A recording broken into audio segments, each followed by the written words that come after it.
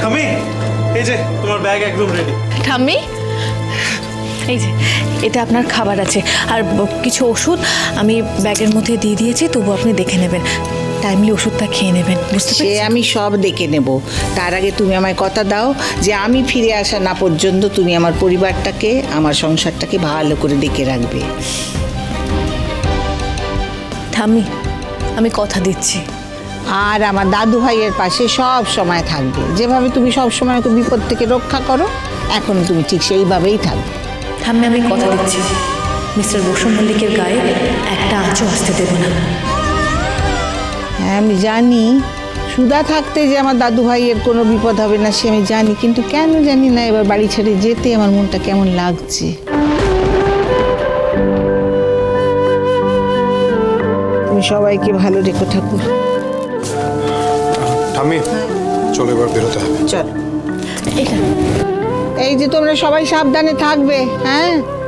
আর সুধা, আমার অনুপস্থিতিতে আমার এই পরিবারকে সামলানোর দায়িত্ব কিন্তু তোমার।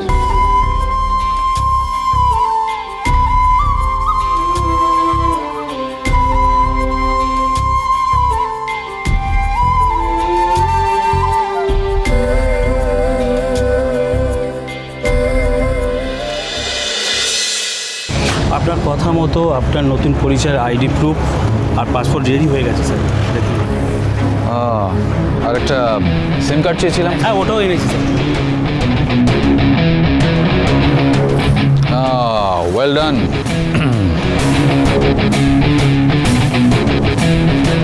এই যে, আরো কিছু লাগলে জানাবো। নিশ্চয়ই স্যার। রামানের জন্য আমি বাঙালির ধুতি পাঞ্জাবি কিনেছি। আচ্ছা, তোদের দুজনেরই দুজনে পছন্দ মুখস্থ, তাই না? হ্যাঁ, কলেজ লাইফ থেকেও জামা কাপড় চয়েস তো আমিই করে দিতাম, ওর আবার কোনো চয়েস আছে নাকি ইচ্ছায়। ও, তার মানে তোরা দুজন ছোট থেকেই বন্ধু, অথচ তোরা কেউ কোনোদিন নিজের মনের কথা বলতেই পারিস না।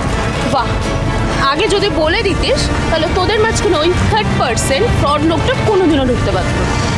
যা বলেছিস, ঠিক সময় ওর পর্দা ফাঁস হয়েছে, না হলে তো আমার জীবনটাই হেল হয়ে যেত। সত্যি। কিন্তু এই পুরো ক্রেডিটটা হচ্ছে সুধাদির, ওই আমাকে ক্রিমিনালটার হাত থেকে বাঁচিয়েছে। আচ্ছা শোন, আমি গাড়িটা নিয়ে আসবো। যাও।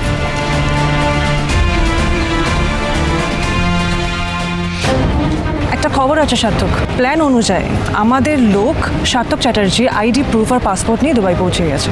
মানে পুলিশের রেকর্ড অনুযায়ী সার্থক চ্যাটার্জি এখন দুবাইতে। গুড, তোমায় বলেছিলাম না, যেই পুলিশ আসুক না কেন সার্থক চ্যাটার্জি নাগাল কিছুতেই পাবে না, নেভার।